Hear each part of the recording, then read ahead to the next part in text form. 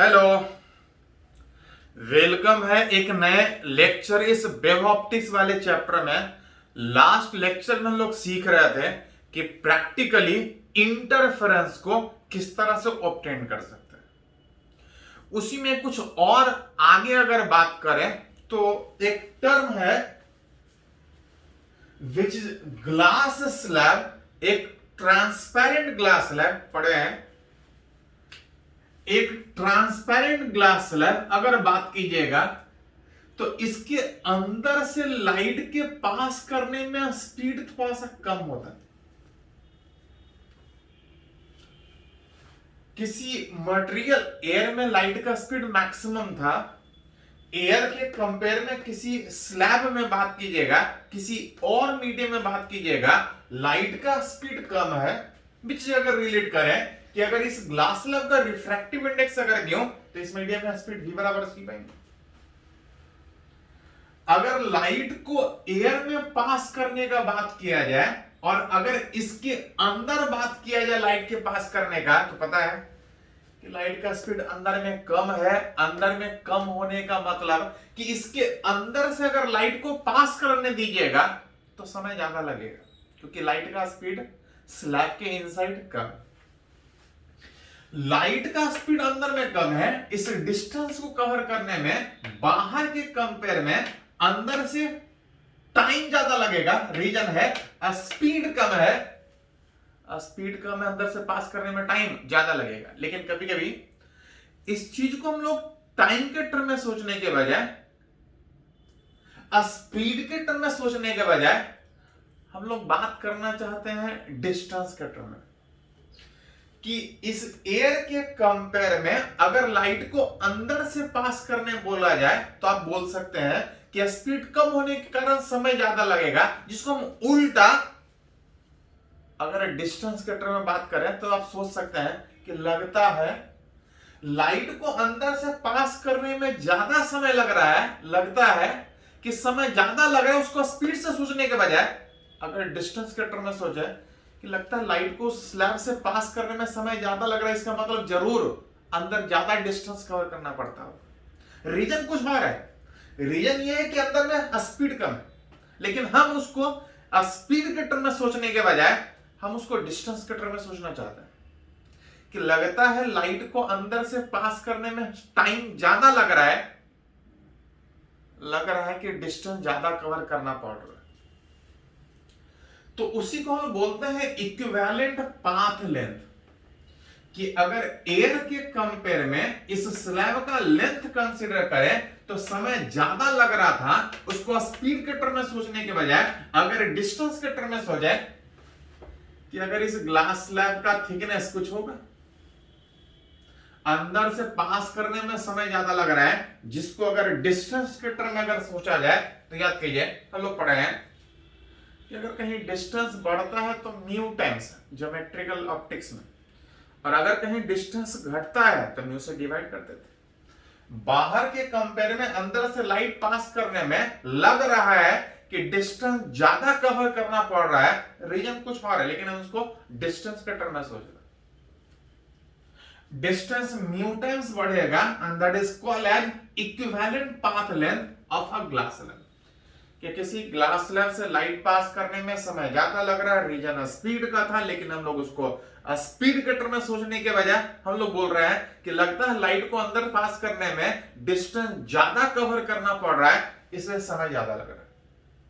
And distance जितना ज्यादा cover करना पड़ेगा that is equivalent path length, कि इतना ज्यादा कवर करना पड़ेगा।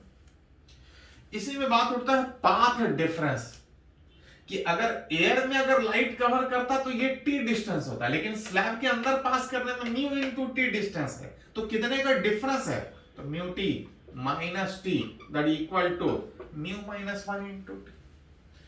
मतलब बोल सकते हैं कि एयर के कंपेयर में लाइट को इसके अंदर से इतना एक्स्ट्रा डिस्टेंस कवर करना पड़ रहा है, इतना एक्स्ट्रा डिस्टेंस कवर करना पड़ रहा है, जिसके कारण इसके अंदर से लाइट ज्यादा टाइम में पार कर पा रहा है। तो कभी कभी इस तरह से आपको जरूरत पड़ेगा कि जो डिस्टेंस है उसको स्पीड के टर्म में सोचने के बजाय लेंथ के टर्म में सोचें। जैसे एक छोटा सा और अगर इसमें न्यूमेरिकली अगर बात करें, फॉर ग्लास स्लैब, मान के चल रहे हैं ग्लास स्लैब जिसका कुछ रिफ्रैक्टिव इंडेक्स है, यहां से जैसे जैसे दूर जा रहे हैं, जैसे जैसे आगे बढ़ रहा है x 0 से, अगर x इक्वल टू एल तक आगे बढ़ने में अगर म्यू का वैल्यू इस तरह से अगर बढ़ रहा है, तब रिलेट करना चाह रहे हैं कि पाथ लेंथ कितना होगा, अंदर से स्लैब को पास करने में एक्स्ट्रा कितना डिस्टेंस कवर करना पड़ेगा। फॉर ग्लास स्लैब अगर बात करें, इक्विवेलेंट पाथ लेंथ कितना होगा, इक्विवेलेंट, या इसको कभी कभी ऑप्टिकल पाथ लेंथ बोलते हैं। इस स्लैब के अंदर से पास करने में कितना डिस्टेंस कवर करना पड़ेगा। पता है कि बाहर के कंपेयर में बात कीजिएगा तो स्पीड कम होने के कारण एक्स्ट्रा डिस्टेंस कवर करना, एक्स्ट्रा टाइम लगेगा, रीजन है स्पीड का। लेकिन अगर इसको पाथ के टर्म में सोचे, इक्विवेलेंट पाथ लेंथ, तो देख सकते हैं कि डिस्टेंस था म्यू इनटू टी, लेकिन यह तब था जब हर जगह म्यू सेम था। यहां पे अलग अलग जगह अलग अलग होने के कारण टोटल डिस्टेंस में एक साथ निकालने के बजाय अगर छोटा सा ऑप्टिकल लेंथ अगर dx का रिलेट करें तो टोटल निकालने में क्या करके इंटीग्रेशन, म्यू का वैल्यू दिया है mu naught x into dx, x equal to 0 से x इक्वल टू 1 करके ये स्लैब कितना लेंथ का था, l लेंथ का। जहां से रिलेट कीजिएगा तो म्यू नॉट बाहर x dx का इंटीग्रेशन x स्क्वायर बाय 2 में लिमिट बैठाएंगे l square. Equivalent optical path length बाहर के कंपेयर में, अगर पाथ डिफरेंस अगर बोला जाए, ऑप्टिकल पाथ डिफरेंस बोला जाए ऑफ ग्लास स्लैब का, तो कुछ नहीं, एयर में ये डिस्टेंस l था, लेकिन स्लैब में वो डिस्टेंस इतना है। अगर दोनों के बीच अगर डिफरेंस निकालने बोला जाए तो आप रिलेट कर सकते, कुछ कॉमन निकलता है, ये न्यूमेरिकली जिस तरह से बोला जाए उस तरह से रिलेट कर सकते। ये तो हुआ कि किसी स्लैब का अगर एयर के कंपेयर में डिस्टेंस अगर सोचे तो इस तरह से सोच सकते हैं। अब क्वेश्चन ये उठता है कि इसका जरूरत हम लोग को इस जगह पे क्या पड़ रहा है, तो पहले इसको नोट कीजिए, तो आगे हम लोग इसका यूज उस इंटरफेरेंस में हम लोग करेंगे। पहले इसको थोड़ा नोट कीजिए।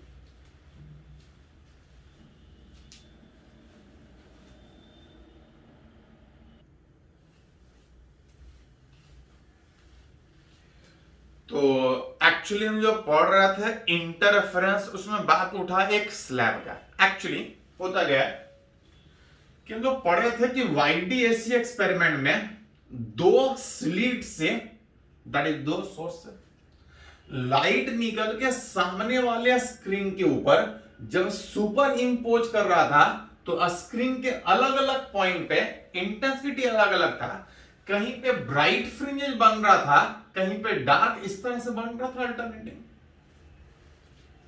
कितना फ्रिंज विथ कितना नंबर ऑफ फ्रिंजेस कहां पे बन रहा था उस तरह से पहले सीखे थे। इसी में कभी कभी पूछता है कि दो स्लिट से जो लाइट निकल के स्क्रीन के किसी पॉइंट पे जा रहा था, फ्रिंज विथ याद कीजिए बीटा बराबर लैम्डा डी बाई डी था। अगर पूरा का पूरा एक्सपेरिमेंट एयर में करने के बजाय अगर किसी और मीडियम में कर रहे थे तो किसी और मीडियम में वेवलेंथ घट रहा था। अब वेवलेंथ न्यू टाइम्स घटने के कारण फ्रिंज विथ एयर के कंपेयर में किसी और मीडियम में विच न्यू टाइम्स घट रहा था। ये हम लोग पढ़े थे, लेकिन इसी में कभी कभी क्वेश्चन पूछता है कि अगर पूरे में मीडियम चेंज करने के बजाय अगर एक ट्रांसपेरेंट ग्लास स्लैब दोनों में से किसी एक स्लिट के सामने इस तरह से कर डालते हैं,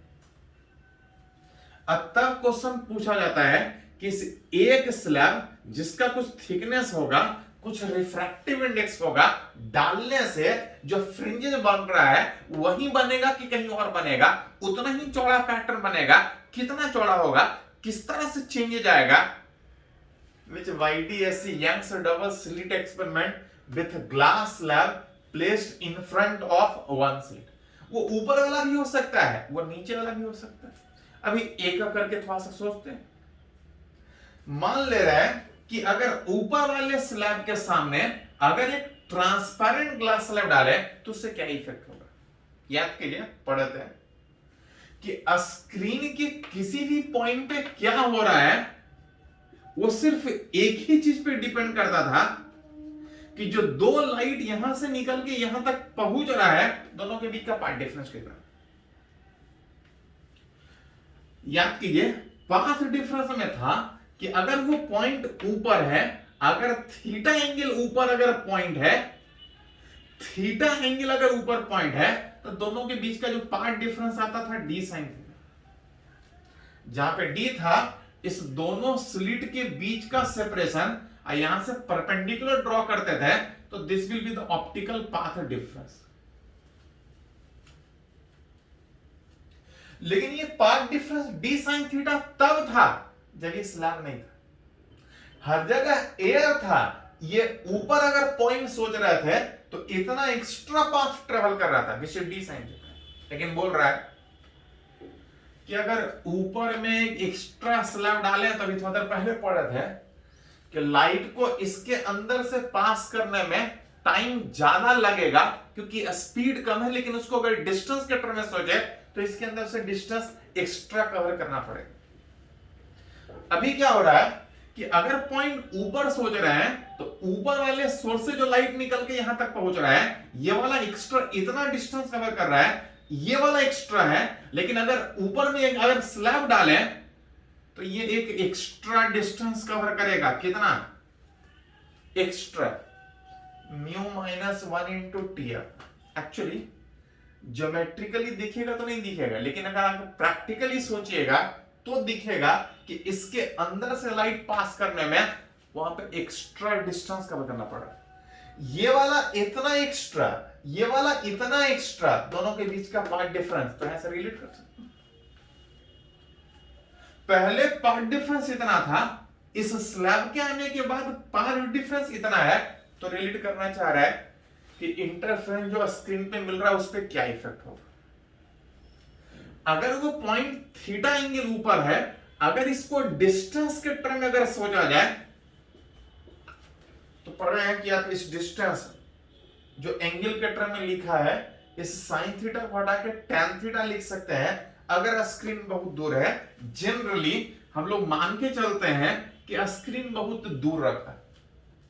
अगर स्क्रीन बहुत दूर रखा है, एंगल छोटा बनेगा। आप चाहे तो साइन थीटा को टैन थीटा से लिख के आप इसको लिख सकते हैं। ये आ रहा था minus mu minus 1 into T को लिखना चाहे तो साइन थीटा को लिख सकते हैं टैन थीटा में perpendicular by base minus mu minus 1 into T. अगर इसको अरेंज करके अगर पॉइंट निकाले कि वो पॉइंट यहां से कितना ऊपर है जिसके बारे में सोच रहा है, पोजीशन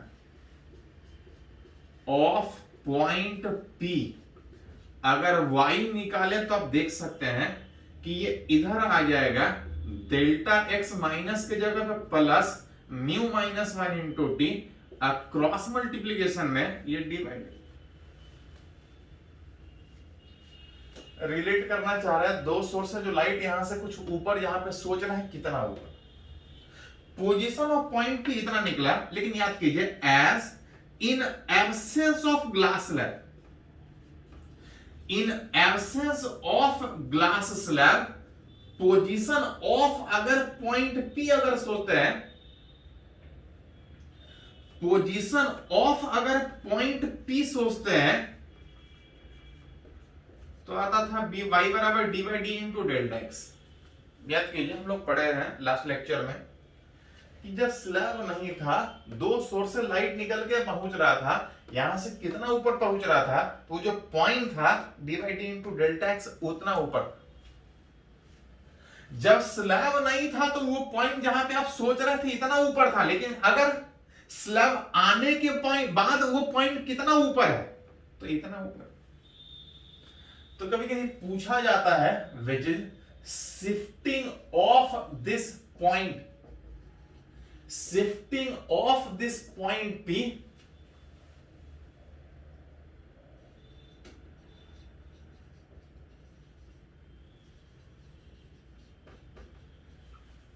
पहले था ऐसा कि जब स्लैब नहीं डाले थे तो कोई पॉइंट कितना ऊपर था, कहां मैक्सिमा कहां मिनिमा, कितना दूर बन रहा था, इक्वेशन में डिस्टेंस यहां से निकालते थे। लेकिन देख रहे हैं कि जब ट्रांसपेरेंट ग्लास स्लैब इसके सामने रख रहे हैं तो जो पॉइंट इतना ऊपर पहले था अब वो इस इक्वेशन से जा रहा है, इतना ऊपर दिख रहा है। दोनों में कुछ चेंजेस दिख रहा है? तो हाँ, दोनों में चेंजेस दिख रहा है। दोनों में चेंजेस का मतलब कि जब बिना स्लैब के जब लाइट पहुंच रहा था तो मान लेते हैं दूसरा या तीसरा मैक्सिमा अगर इतना ऊपर मिल रहा था, लेकिन अब उतना ऊपर मिलने के बजाय स्लैब डालने के बाद वही चीज जो दूसरा या तीसरा मैक्सिमा सोच रहे हैं अब वो कुछ और ऊपर, कितना ऊपर, इतना ऊपर। दोनों के बीच जो शिफ्टिंग है वो शिफ्टिंग कितना हो, तो अगर शिफ्टिंग अगर निकाला जाए तो आप देख सकते हैं कि जो शिफ्टिंग है स्लैब डालने के बाद इतना ऊपर कोई पॉइंट दिख रहा है, स्लैब डालने से पहले अगर कोई पॉइंट सोच रहे हैं तो इतना ऊपर दिख रहा है। मतलब जो अपने जगह पे पहले हो रहा था अब वो अपने जगह पे होने के वजह होगा कहीं और होगा, कितना से शिफ्ट करेगा। तो दोनों के बीच का अगर डिफरेंस निकाले तो जो शिफ्टिंग आ रहा है that is d by d into mu minus 1 into t। इतना से शिफ्ट करता हुआ नजर आ रहा है। इतना से शिफ्ट करने का मतलब कि अगर स्क्रीन के ऊपर ये सेंट्रल मैक्सिमा इसको बोलते थे, पढ़े थे लास्ट लेक्चर में, ये पहला डार्क था, ये पहला ब्राइट था, ये दूसरा डार्क था, ये दूसरा डार्क ब्राइट था। सेंट्रल मैक्सिमा पहला डार्क, पहला ब्राइट, दूसरा डार्क, दूसरा ब्राइट, तीसरा डार्क, तीसरा ब्राइट। इस तरह और जैसा स्किन के आप ऊपर सोचते थे उसी तरह से स्किन के नीचे सोचते। बात था कि अगर स्लैब नहीं था तो कोई चीज जो यहां पे हो रहा था, मान लेते हैं दूसरा मैक्सिमा जो यहां पे हो रहा था इस इक्वेशन से हो रहा था, अब वो दूसरा मैक्सिमा इस इक्वेशन से होगा। अब मैक्सिमा में पाथ डिफरेंस n लैम्डा आ रहा था, n लैम्डा यहां डालेंगे तो वो चीज वहीं पे होने के बजाय इस स्लैब के आने के बाद वो चीज शिफ्ट करेगा। कितना शिफ्ट करेगा? d by d mu minus 1 into t। जहां पे ये प्लस में आ रहा है, प्लस में आने का मतलब कि अगर स्लैब ऊपर में डाल रहे हैं तो ऊपर की ओर शिफ्ट कर रहा है। कितना ऊपर? इतना ऊपर शिफ्ट कर रहा है। मतलब जो दूसरा मैक्सिमा यहां हो रहा था अब वो दूसरा मैक्सिमा वहां होने के बजाय थोड़ा सा कुछ ऊपर हो, जो कि अगर रिलेट करें तो आप बोल सकते हैं that is each point, that is each point on a screen. चाहे वो मैक्सिमा का बात करें चाहे मिनिमा का बात करें, स्क्रीन के ऊपर अब वो शिफ्ट करेगा, कुछ डिस्टेंस शिफ्ट करेगा, इतने डिस्टेंस शिफ्ट करेगा। Each point on a screen shift through a distance,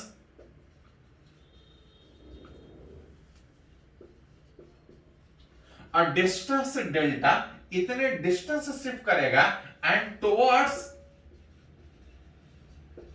किधर शिफ्ट करेगा? तो उधर शिफ्ट करेगा जिधर स्लिट डाले। अगर स्लैब डाले, जिधर स्लैब डाले हैं, अगर स्लैब ऊपर होता तो हर चीज ऊपर शिफ्ट करता। अगर स्लैब अगर नीचे डालते तो जैसा आप ऊपर शिफ्टिंग का सोच रहे हैं, ऊपर डालने के बाद अगर नीचे डालते तो ये एक्स्ट्रा पाथ और कवर करता, ये प्लस होता। अब प्लस होने के बाद जब इधर लेके आते तो माइनस होता। ऊपर शिफ्ट करने के बजाय हर चीज नीचे शिफ्ट करता। ईच पॉइंट ऑन स्क्रीन, चाहे मैक्सिमा हो चाहे मिनिमा हो, हर चीज शिफ्ट कर रहा है। किधर शिफ्ट कर रहा है? And shift through a distance इतना, एंड इट शिफ्ट टुवर्ड्स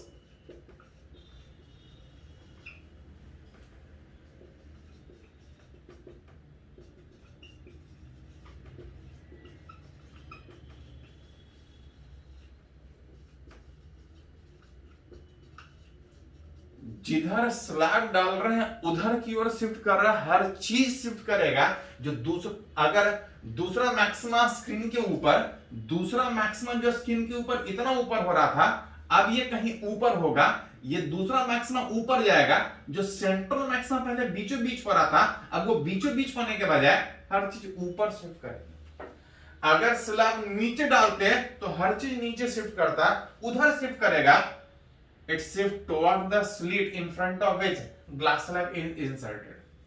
कभी कभी ये पूछा जाता है कि ठीक है शिफ्ट कर रहा है, क्वेश्चन उठता है कि कितना ऊपर शिफ्ट कर रहा है, तो इतना ऊपर शिफ्ट कर रहा है। कभी कभी पूछा जाएगा कि जो दूसरा मैक्सिमा यहां बन रहा था वो कहां पे जाएगा, क्या चौथे मैक्सिमा पे कि पांचवें मैक्सिमा पहुंचेगा, कहां पे पहुंचेगा। विच इज इस क्वेश्चन को इस तरह से पूछा जाता है, नंबर ऑफ फ्रिंजेज जो स्क्रीन पर अल्टरनेटिंग ब्राइटर डार्क पैटर्न बन रहा था जिसको हम फ्रिंजेज बोल रहे थे, पूछा जाता है number of fringes shifted through a point. किसी एक पॉइंट से कितना नंबर ऑफ फ्रिंज शिफ्ट करे, कितना नंबर ऑफ फ्रिंज शिफ्ट करने का मतलब कि अगर दूसरा मैक्सिमा यहां पे हो रहा है कितना फ्रिंज शिफ्ट करेगा। अगर 4 फ्रिंज शिफ्ट करने का मतलब कि जो दूसरा यहां पे हो रहा था अब वो ऊपर होगा, कहां पे होगा, अगर 4 फ्रिंज शिफ्ट कर रहा है तो वो छठे पे पहुंचेगा। मतलब जहां स्लैब नहीं डालने के बाद छठा था अब वो वहां पे दूसरा मैक्सिमा होगा। कब? जब नंबर ऑफ फ्रिंजेज 4 में शिफ्ट करेगा। तो कभी कभी इस तरह से क्वेश्चन पूछा जाता है। तभी निकाले थे कि स्लैब डालने के बाद शिफ्टिंग इतना हो रहा था, कितना डिस्टेंस, तो D by D mu minus 1 into इतना डिस्टेंस शिफ्ट हो रहा था। पूछा जाता है कितना फ्रिंजेस शिफ्ट होगा, तो पढ़े एक फ्रिंजेस का विड्थ कितना होता है, इतना विड्थ में एक फ्रिंजेस, अगर टोटल डिस्टेंस अगर इतना शिफ्ट किया तो ऐसा ऐसा कितना फ्रिंजेज होगा। तो टोटल डिस्टेंस में अगर फ्रिंज विड्थ से डिवाइड कर दे तो ये बताएगा कितना शिफ्ट करेगा। अब फ्रिंज विड्थ कितना था तो याद कीजिए थोड़ा सा, लैम्डा डी बाई डी में डी बाई डी कैंसिल। अब तब अगर रिलेट कीजिएगा किसी पॉइंट से कितना फ्रिंज शिफ्ट करेगा, यहां से आप निकाल सकते हैं mu minus 1 into T divide by. तो जैसा जरूरत पड़े आप रिलेट कर सकते हैं। अगर स्लैब ऊपर डालिएगा तो हर चीज ऊपर शिफ्ट करेगा, कितने डिस्टेंस है, इतने डिस्टेंस है, कितना नंबर ऑफ फ्रिंज, इतना नंबर ऑफ फ्रिंज। अगर ये 2 आ रहा है इसका मतलब कि स्क्रीन के बीचों बीच जो सेंट्रल मैक्सिमा था अब वो बीचों बीच नहीं होगा अगर स्लैब डालेंगे। अगर स्लैब नीचे डाल रहे हैं स्लिट के सामने, अगर स्लैब नीचे डाल रहे हैं तो जहां पे नीचे दूसरा मैक्सिमा था अब वहां पे सेंटर मैक्सिमा होगा। जो दूसरा मैक्सिमा ऊपर हो रहा था अब वो नीचे शिफ्ट करेगा। हर point, each point on screen, जो भी चीज आप स्क्रीन पे सोच रहे हैं हर चीज शिफ्ट करेगा। अगर स्लैब ऊपर डालिएगा तो हर चीज ऊपर शिफ्ट करेगा, स्लैब नीचे डालिएगा तो हर चीज नीचे शिफ्ट करेगा। चलिए इसको थोड़ा सा नोट कीजिए। तो कुछ और पॉइंट इसको हम लोग को पढ़ना है, हम लोग बात करते हैं, इसको नोट कर लीजिए।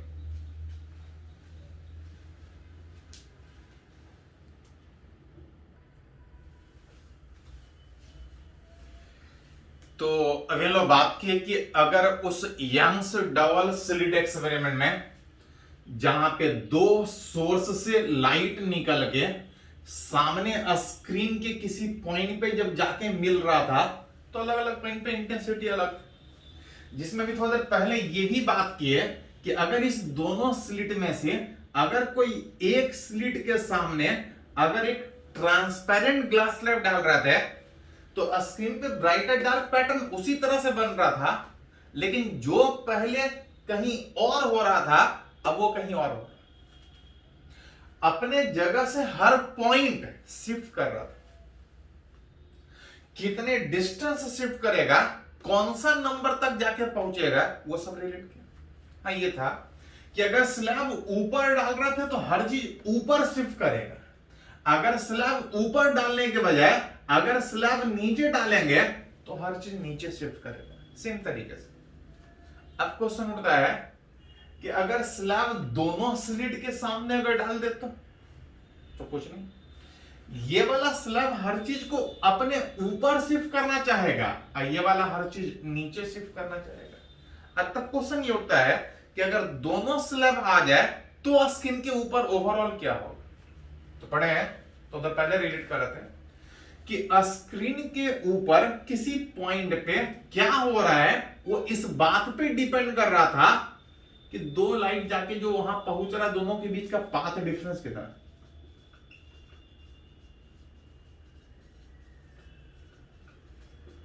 एट एनी पॉइंट जहां भी सोचना चाह रहा है लाइट किस तरह से वहां पे पहुंच रहा है, कितने पाथ डिफरेंस के साथ पहुंच रहा है, उस पर डिपेंड करेगा कि स्क्रीन के उस पॉइंट पे क्या है। जब स्लैब नहीं था, इस स्लिट के बीच का सेपरेशन अगर स्मॉल डी, तो दोनों के बीच जो पाथ डिफरेंस था वो डी साइन थीटा। लेकिन तब जब स्लैब नहीं, अगर ऊपर में अगर एक स्लैब अगर μ1 रिफ्रैक्टिव इंडेक्स अगर T1 थिकनेस का देख रहा था कि अगर वो पॉइंट ऊपर सोचा जा रहा था तो इसके कंपेयर में ये वाला इतना एक्स्ट्रा पाथ ट्रेवल कर रहा था, लेकिन अगर स्लैब अगर आएगा तो वो पाथ घटेगा, अंदर से पास करने में एक्स्ट्रा। लेकिन अगर स्लैब यहां भी डालेंगे तो इसको और एक्स्ट्रा ट्रेवल करना पड़ेगा, विच plus μ2 minus into.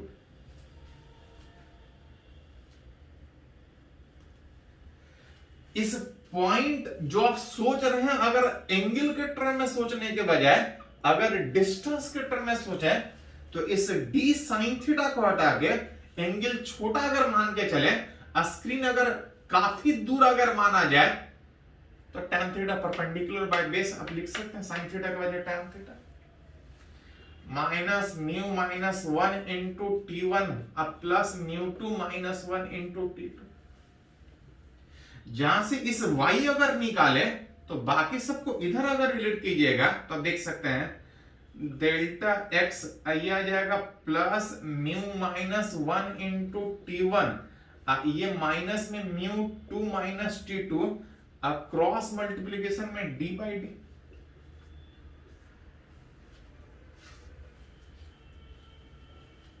At any point कितना पार्ट डिफरेंस, इतना पार्ट डिफरेंस। ये y वो पॉइंट कितना ऊपर, जिसको आप बोल सकते हैं position of point P on a screen. सोच रहे थे कि कुछ ऊपर कुछ हो रहा है, कितना ऊपर क्या हो रहा है आप रिलेट कर सकते हैं। याद कीजिए थोड़ा सा, as in absence of glass slab, in absence of glass slab position of a point P, position of any point P on a screen क्या था,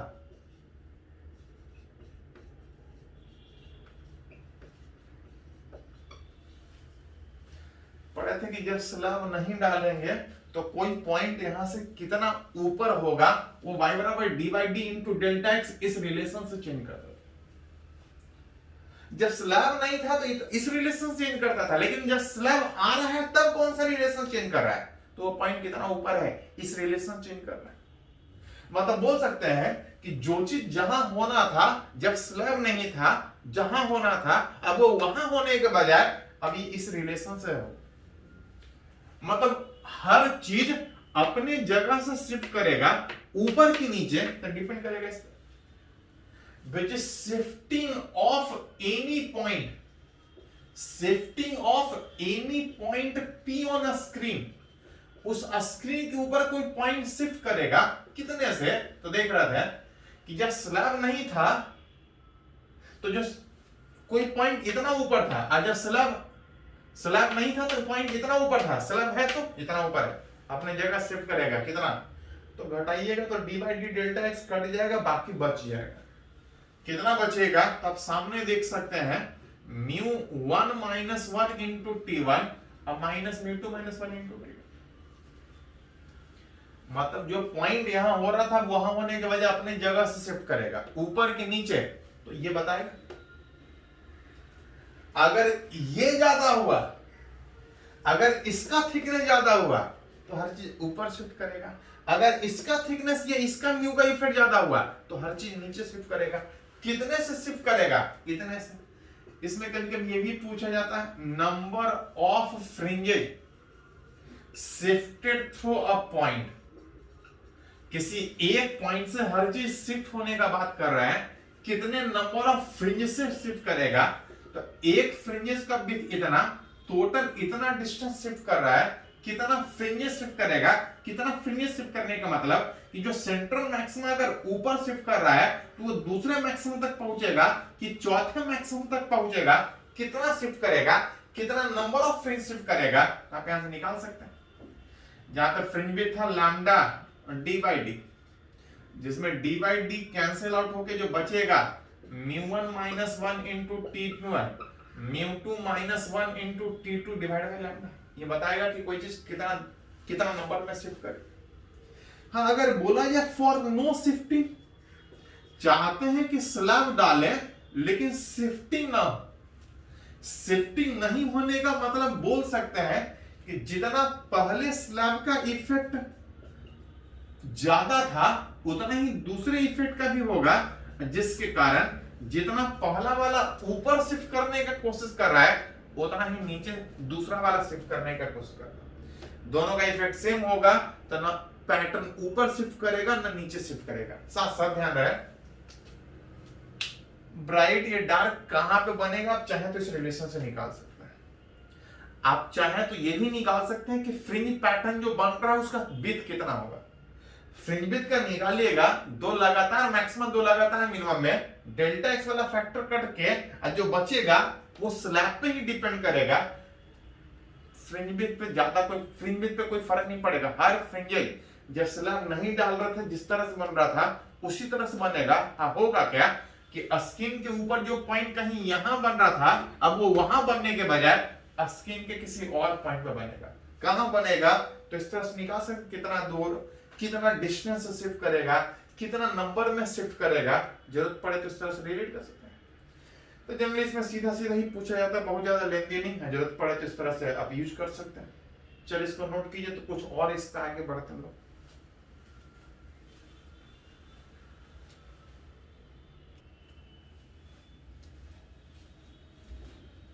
तो लोग बात कर रहे हैं इंटरफेरेंस जो स्क्रीन के ऊपर हो रहा था तब हो रहा था जब उस दो सोर्स से लाइट निकल के सामने वाले स्क्रीन के किसी पॉइंट पे जब जाके मिल रहा था तो अल्टरनेटिंग ब्राइट और डार्क पैटर्न मिल रहा था। इसमें एक चीज और कभी कभी पूछा जाता है कि जो सामने स्क्रीन रख रहे हैं, जो फ्रिंजेस बन रहा है, अगर एक लाइन पे सोचेगा तो ब्राइट या डार्क बनेगा, लेकिन अगर ओवरऑल अगर वहां पे स्क्रीन रखे तो वहां पे पूछा जाता है कि जो इंटरफेरेंस बनेगा वो कैसा शेप का बनेगा। देख रहे थे कि स्क्रीन के किसी भी पॉइंट पे क्या हो रहा है, एट एनी पॉइंट सब कुछ एक ही चीज पे डिपेंड कर रहा था, पाथ डिफरेंस। पाथ डिफरेंस का मतलब था कि यहां से लाइट निकल के जो यहां तक पहुंच रहा है और यहां से जो लाइट निकल के यहां तक पहुंच रहा है, दोनों के बीच का डिफरेंस। कोई एक चीज चाहने के लिए हमेशा सेम होना चाहिए। अगर मैक्सिमम चाह रहे थे, फॉर मैक्सिमम, अगर मैक्सिमम चाह रहे थे तो path difference n lambda, minimum चाहिए तो 2n प्लस लैम्डा, तो 2n plus 1 into lambda by. मतलब अगर बोला जाए कि स्क्रीन के किसी भी पॉइंट पे क्या हो रहा है इस पाथ डिफरेंस पे डिपेंड करेगा, और अगर आप चाहते हैं कि आसपास एक ही जैसा हो तो वो पॉइंट ऐसा लेना पड़ेगा कि दोनों के बीच का पाथ डिफरेंस हमेशा कांस्टेंट हो। मैक्सिमम चाहिए तो मैक्सिमम का सोचना पड़ेगा और मिनिमम चाहिए तो मिनिमम सोचना पड़ेगा। अगर एक लाइंस पे सोचने के बजाय अगर सामने अगर एक स्क्रीन पे सोचे तो ऐसा ऐसा पॉइंट आसपास ढूंढिएगा जहां पे पाथ डिफरेंस सेम होगा तो एक ही जैसा मिलेगा। और जो लोग मैथ पढ़े कोऑर्डिनेट ज्योमेट्री में, आसपास ऐसा पॉइंट कि इस दोनों के बीच का डिफरेंस अगर कांस्टेंट हो, वो पॉइंट अगर आसपास एक ही जैसा हो रहा है, ऐसा केस में जो शेप बनता है वो हाइपरबोला शेप का बनता है। ये मैथ में पढ़ना। मतलब सामने अगर स्क्रीन अगर रखें और आसपास सारा पॉइंट ढूंढे कि जहां पे एक ही जैसा हो तो जो शेप मिलेगा वो हाइपरबोला शेप का मिलेगा। मतलब सामने स्क्रीन के ऊपर अगर दो सोर्स से लाइट जाके पहुंचेगा तो जो फ्रिंजेस बनेगा वो हाइपरबोला शेप का फ्रिंज बनेगा। जिसको आप इक्वेशन सोचना चाहे तो सोच सकते हैं, नहीं तो प्रैक्टिकली अगर थोड़ा फील लेके अगर समझना हो तो बोल सकते हैं कि दोनों सोर्स से लाइट इस तरह से निकल रहा था, सुपर इंपोज करके कहीं कहीं ज्यादा लाइट कहीं कम लाइट में आ रहा था। जिसको अगर रिलेट करना हो तो बोल सकते हैं कि लाइट यहां से निकल के कुछ इस तरह से आ रहा होगा, कहीं ज्यादा कहीं कम होते। सामने अगर स्क्रीन के ऊपर अगर इंटरफ्रेंस जो पैटर्न मिल रहा है कैसा शेप का मिलेगा, तो ध्यान दिए थोड़ा सा कि सामने वाले स्क्रीन पे शेप कैसा मिलेगा एक और फैक्टर पर डिपेंड करता है कि स्क्रीन जो रखे हैं वो ऐसा रखे हैं कि इस तरह से रखे हैं कि ऊपर रखे हैं। अगर इस स्लीट के परपेंडिकुलर अगर स्क्रीन अगर ऐसा रखिएगा, अगर इसको एक्सिस के टर्म में सोचे, अगर ये एक्स एक्सिस अगर ये वाई एक्सिस, तो अगर इस तरह से एक्सिस रखिएगा मतलब ये कौन सा प्लेन होगा, तो आगे जाते तब एक्स बढ़ता है, लेकिन अगर इस तरह से स्क्रीन रखने मतलब y z plane. For a screen in अगर वाई जेड प्लेन अगर बात कीजिएगा तो जो सामने उस स्क्रीन पे जो इंटरफेरेंस पैटर्न बनेगा, स्क्रीन इस तरह से है, बीचों बीच मैक्सिमम बन रहा था, अल्टरनेटिव में ब्राइट और डार्क पैटर्न, लाइट इस तरह से जाके मिल रहा है, इस तरह जाके मिल रहा है, एक नहीं हर जगह लाइट जाके इस तरह से मिलेगा। सामने अगर रिलेट कीजिएगा तो वो कुछ इस तरह का शेप अल्टरनेटिंग ब्राइट और डार्क पैटर्न इस तरह से मिलेगा। फिर बात कीजिएगा तो डार्क पैटर्न, इधर अगर उसी तरह से रिलेट कीजिएगा तो alternating bright and dark pattern, और जो पैटर्न होगा इस तरह से मुड़ा हुआ एंड दैट शेप, इसको बोल सकते हैं कि for a screen y z plane जो फ्रिंजेज होगा विच हाइपरबोला शेप का।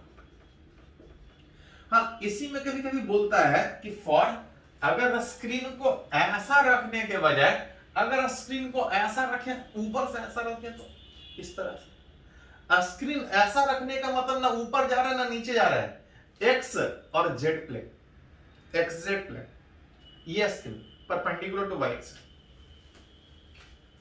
फॉर अ स्क्रीन इन अगर एक्स जेड प्लेन आएगा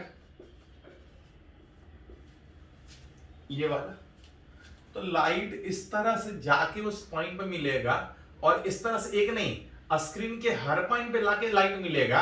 अगर रिलेट कीजिएगा तो वहां पे एक सर्किल का शेप का बनता है। अगर स्क्रीन अगर उस तरह से रखें तो एक अल्टरनेटिंग ब्राइट और dark pattern which is circle के शेप का उस तरह से मिलेगा, विच इज जो फ्रिंजेज मिलेगा विच इज सर्कुलर शेप का। तो कभी कभी इस तरह से पूछा जाता है, लेकिन जनरली जब तक नहीं बोला जाए हम लोग स्क्रीन ऐसा ही सोचते हैं, विच हाइपरबोला इस तरह से शेप। स्क्रीन ऐसा रख के सोच लिए, ऐसा रख के सोच लिए, कभी कभी बोलता है अगर इसी प्लेन में अगर स्क्रीन रखे, इस प्लेन में रखने का मतलब एक्स वाई प्लेन में, for a screen in x y plane, तो देख रहा है कि लाइट इस तरह से जाके मिल रहा है, स्क्रीन के अलग अलग पॉइंट में मिलेगा। अगर स्क्रीन उसी तरह से रखे तो वहां पे जो पैटर्न बनता है फिर से अगर रिलेट कीजिएगा तो हाइपरबोला शेप का ही मिलता है, बीच जो फ्रिंजेज मिलेगा वो हाइपरबोला शेप का। तो थोड़ा सा ध्यान रखिएगा, कभी कभी इस तरह से पूछता है, पूछा भी है।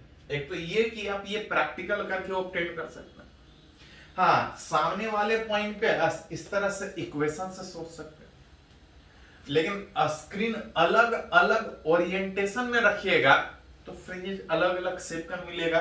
जरूरत पड़े तो इस तरह से ध्यान में रख सकते हैं। सोचेंगे कैसे, तो आप इस तरह सोच सकते हैं कि लाइट आके मिल रहा है, अगर स्क्रीन रखेंगे ऐसा तो फ्रिंजेज ऐसा रेक्टेंगुलर हाइपरबोला, अगर स्क्रीन ऐसा रखेंगे तो लाइट जाके इस तरह से एक पॉइंट नहीं आसपास हर पॉइंट में मिलेगा, एक सर्किल का शेप करने का।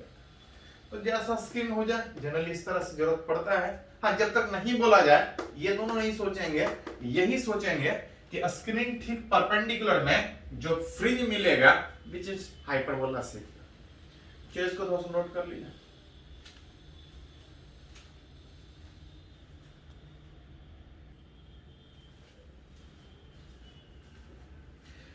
तो लोग बात कर रहे हैं इंटरफेरेंस, जहां पे दो सोर्स से लाइट निकल के किसी स्क्रीन के पॉइंट पे जाके मिल गए। स्क्रीन के अलग अलग पॉइंट पे इंटेंसिटी अलग अलग था।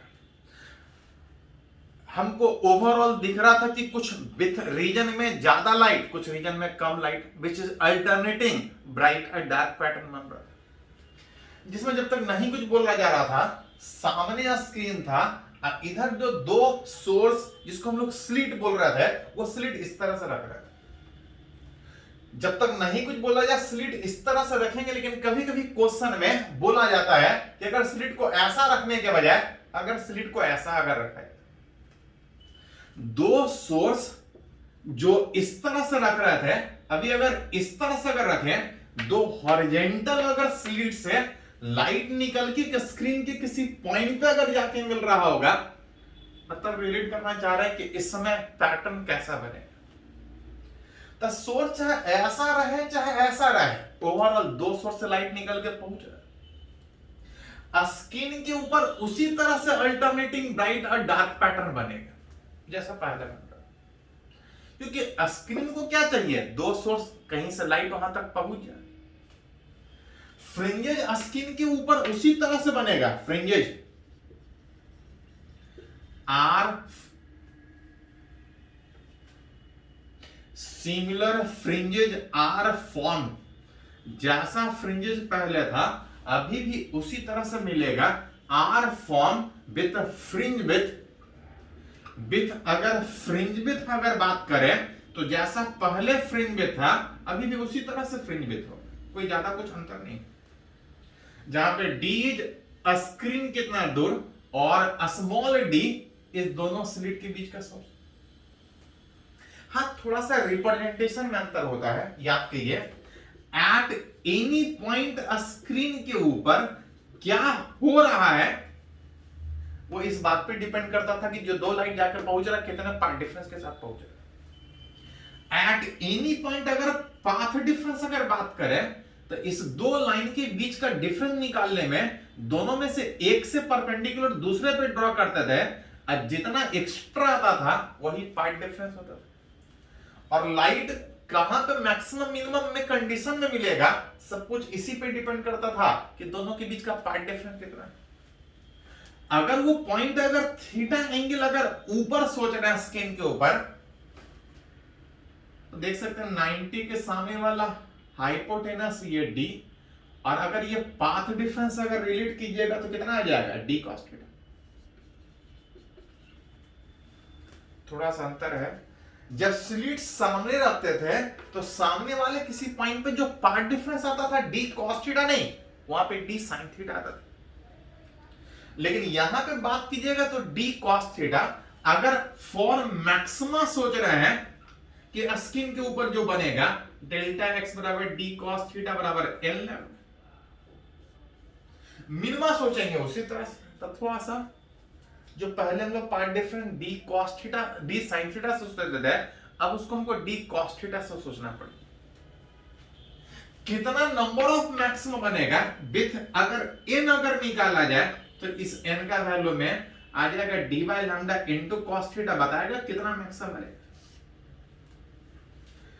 जैसे एक साथ में एग्जांपल भी सोचते जाए कि इफ अगर डी बराबर 10 लैम्डा, दोनों स्लिट के बीच का सेपरेशन अगर 10 लैम्डा, देन जो एन आएगा, देन उस एन जो बताएगा कि स्किन के ऊपर कितना नंबर ऑफ मैक्सिमा बनेगा, देन एन बराबर D by lambda into cos theta में आ जाएगा 10 कॉस थीटा, जहां पे कॉस थीटा का मैक्सिमम वैल्यू 1 में जो number of max that is, अगर मैक्सिमम नंबर ऑफ मैक्सिमा का बात करें तो कितना नंबर ऑफ मैक्सिमा बन रहा होगा, 10।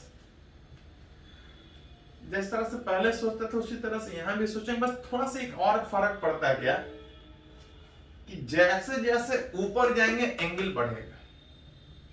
एंगल बढ़ने से साइन थीटा बढ़ता है, लेकिन cos थीटा घटता है। as we move up the screen, जैसे जैसे स्क्रीन बढ़ेंगे, ऊपर बढ़ेंगे, अप द स्क्रीन, थीटा बढ़ेगा, cos थीटा डिक्रीज करेगा। cos थीटा डिक्रीज करने का मतलब जो n है विच डिक्रीज करेगा। डिक्रीज करने का मतलब अगर रिलेट करें कि इस दो सोर्स से लाइट जाके इस स्क्रीन के ऊपर मिल रहा था, पहले बीचों बीच सेंट्रल मैक्सिमम होता था, लेकिन यहाँ पे जैसे जैसे ऊपर जा रहे हैं cos थीटा घटेगा, n डिक्रीज करेगा। n डिक्रीज करने का मतलब नंबर ऑफ मैक्सिमम घटने का बाद, नंबर ऑफ मैक्सिमम घटने का मतलब पहले 0 यहां पे लेते थे, 1 2 इस तरह से आगे बढ़ते थे, लेकिन इस बार रिप्रेजेंटेशन में जब स्लिट हॉरिजॉन्टल आता है कि अगर मैक्सिमम 10 नंबर ऑफ मैक्सिमम बन रहा था तो n = 10 यहां आएगा। जैसे जैसे ऊपर जाएंगे तो n का वैल्यू डिक्रीज करेगा, 8 7 10वां मैक्सिमम, 9वां मैक्सिमम, 8वां मैक्सिमम, 7वां मैक्सिमम, थोड़ा सा रिप्रेजेंटेशन में फर्क पड़ता है। फ्रिंजेस कैसा बन रहा है उसको दो सोर्स चाहिए, दो सोर्स कैसा है उससे फ्रिंजेस को कोई फर्क नहीं पड़ेगा, फ्रिंजेस बनेगा। अल्टरनेटिंग ब्राइट थोड़ा सा यहाँ पे गड़बड़ क्या होता है कि स्लिट को हॉरिजॉन्टल से रखने में path difference d cos theta बनने के कारण जैसे जैसे ऊपर जाइएगा ऑर्डर घटने का था, और ऑर्डर ऑफ फ्रिंजेस घटने का मतलब रिप्रेजेंटेशन में उल्टा काउंट करते हैं, 10 नीचे लिखते हैं, 10 9 इस तरह से ऊपर बढ़ते जाएंगे, लास्ट स्क्रीन के 1 तक पहुंचे, मतलब फ्रिंजेस उसी तरह से बनेगा, बस थोड़ा सा रिप्रेजेंटेशन में अंतर होगा। हाँ, शेप ऑफ फ्रिंजेस कैसा था? थोड़ा देर पहले हम लोग इस तरह से रिलेट किए थे कि जो फ्रिंजेस बनेगा वो कैसा बनेगा, तो सर्कुलर फ्रिंज बनेगा। जब ऐसा सोर्स था तब जाके हाइपरबोला शेप का था, लेकिन ऐसा सोर्स रखिएगा तो अभी थोड़ा देर पहले रिलेट किए थे इससे ठीक पहले, तो जो स्क्रीन पे पैटर्न बनेगा वो सर्कुलर शेप का फ्रिंज बनता था। स्लिट के स्क्रीन ठीक परपेंडिकुलर जो फ्रिंजेस बनेगा वो सर्कुलर बनेगा। चलिए इसको थोड़ा सा नोट कर लो।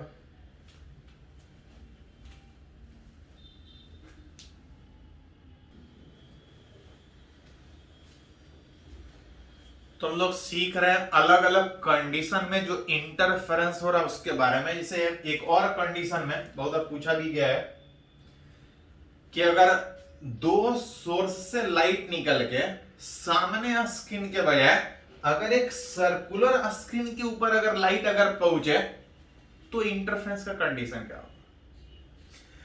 तो स्क्रीन कैसा है उससे कोई फर्क नहीं, बस दो सोर्स होना चाहिए जिससे लाइट निकल के पहुंच पाए, और किसी भी पॉइंट पे क्या हो रहा है एक ही चीज पे डिपेंड कर रहा था कि वो पॉइंट कितने एंगल पे है। दो लाइट जो पहुंच रहा है कितने पार्ट डिफरेंस के साथ पहुंचेगा। अगर इस तरह से दो सोर्स अगर यहां से थीटा एंगल पे सोचे तो दोनों के बीच अगर सेपरेशन अगर डी, तो जो पाथ डिफरेंस आएगा एट एनी पॉइंट क्या होगा, सब कुछ एक ही चीज पे डिपेंड करेगा कि दो लाइट जो पहुंच रहा है कितने पार्ट डिफरेंस के साथ पहुंच रहा है। अगर यहां से परपेंडिकुलर ड्रॉ करें तो 90 के सामने हाइपोटेनस, ये थीटा, तो अगर ये दोनों के बीच गैप बहुत ज्यादा नहीं है तो ये भी थीटा, ये जो पाथ डिफरेंस आएगा d cos थीटा।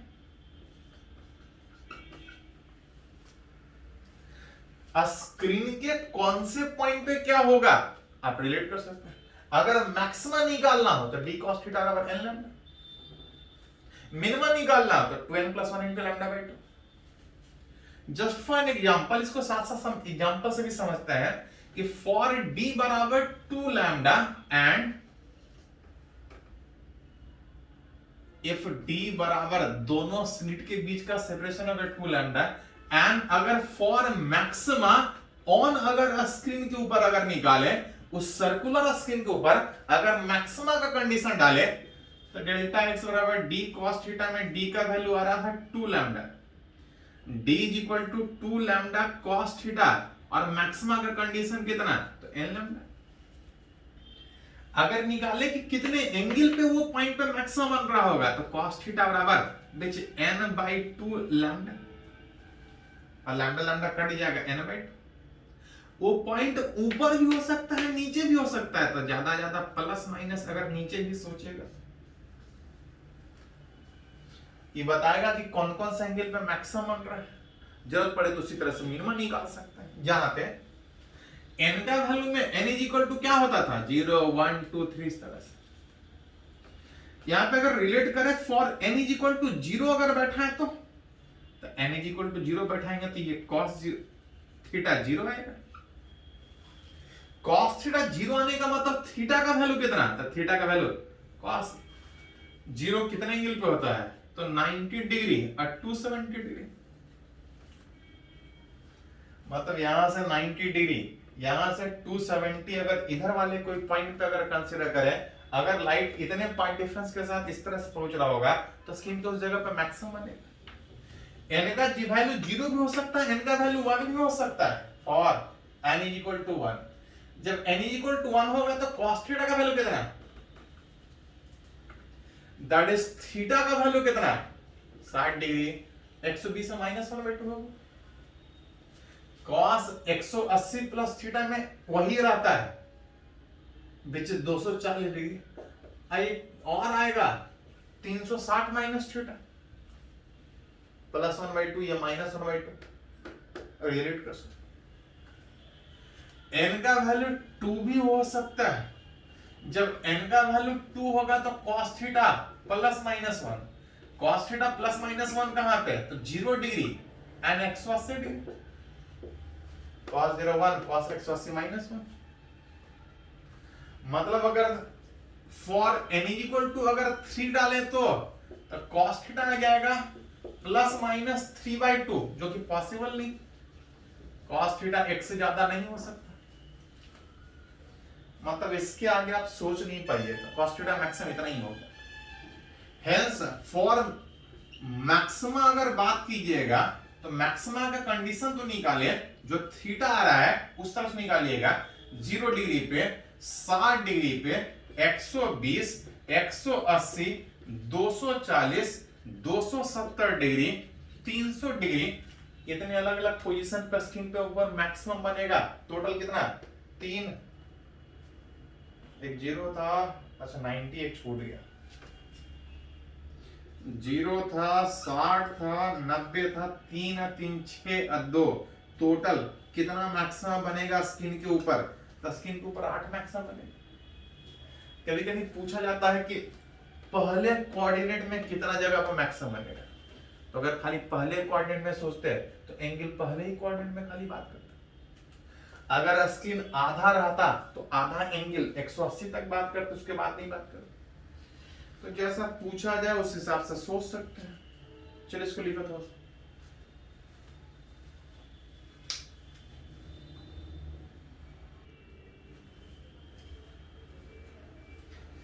तो हम लोग बात कर रहे हैं इंटरफेरेंस, जहां पे याद कीजिए शुरू में ही पढ़े थे कि इंटरफेरेंस तभी होगा जब दो सोर्स दोनों का ओमेगा सेम हो।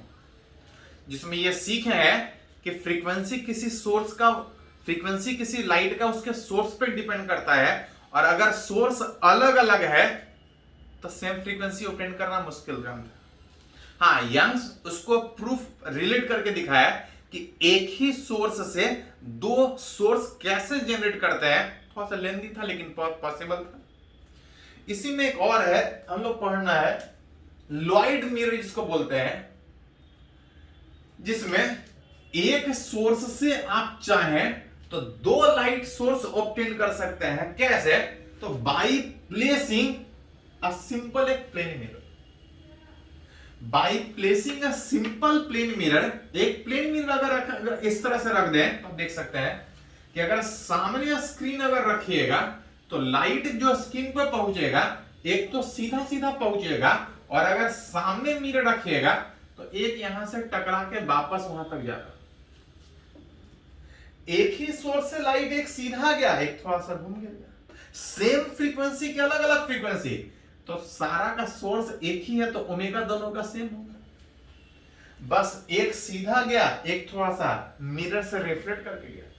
मतलब by placing a mirror, by placing a plane mirror, एक ही सोर्स से आप दो अलग अलग लाइट सोर्स जनरेट कर सकते हैं, जो इस स्किन के ऊपर पहुंचेगा कुछ पार्ट डिफरेंस के साथ। उसी तरह से स्किन के ऊपर ब्राइट और डार्क पैटर्न बनेगा।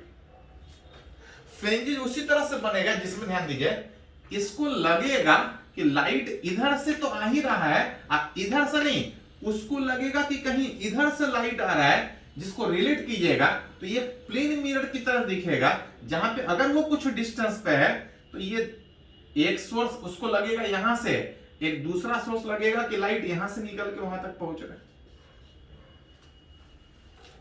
और जैसे यंग्स डबल स्लिट एक्सपेरिमेंट में दो सोर्स सोचते थे, उसी तरह से आप दो सोर्स यहां पे सोच सकते हैं by placing a plane mirror. Screen के ऊपर उसी तरह से फ्रिंज बनेगा, फ्रिंज विथ सेम फॉर्मूला जो पहले था, कितना था, तो बीटा बराबर लैम्डा डी बाई डी, जहां पे डी इज स्क्रीन कितने डिस्टेंस पे, डी इज उस दो सोर्स के बीच का सेपरेशन।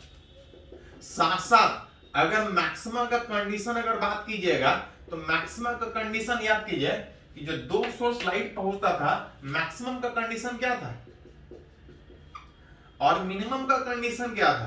तो मैक्सिमा का कंडीशन मिनिमा का कंडीशन पढ़े थे कुछ इस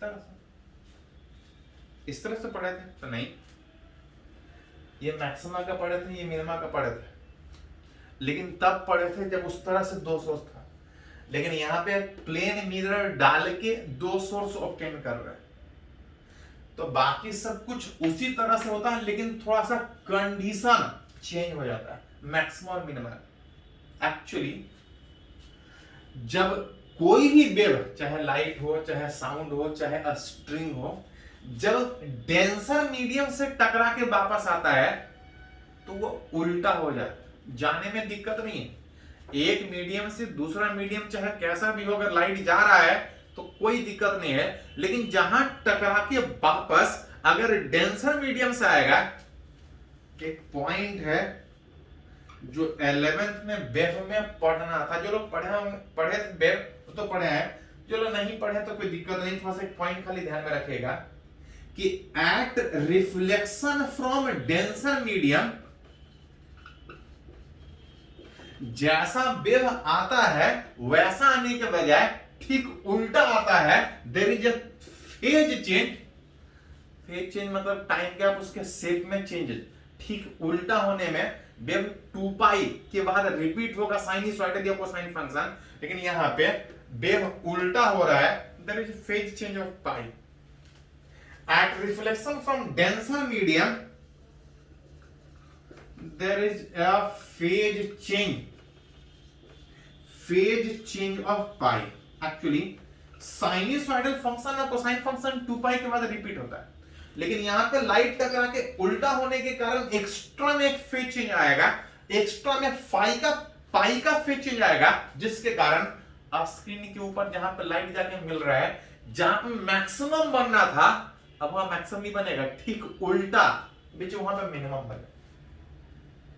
जहां पे मैक्सिमम बनना था वहां पे मिनिमम बनेगा, और जहां मिनिमम बनना था वहां पे मैक्सिमम बनेगा। कंडीशन खाली थोड़ा चेंज हो जाता है।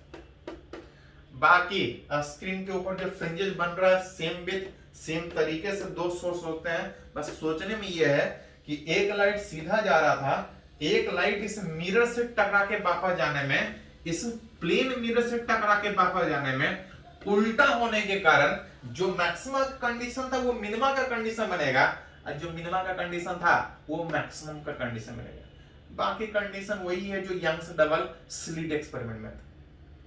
तो इसमें बहुत ज्यादा कुछ पूछा नहीं जाता है, थोड़ा सा ये कंडीशन ध्यान में रखिएगा। हाँ जरूरत पड़े तो आप बोल सकते हैं कि इस तरह से सेम फ्रीक्वेंसी का दो सोर्स ऑब्टेन कर सकते हैं। चलिए इसको थोड़ा नोट कर लीजिए।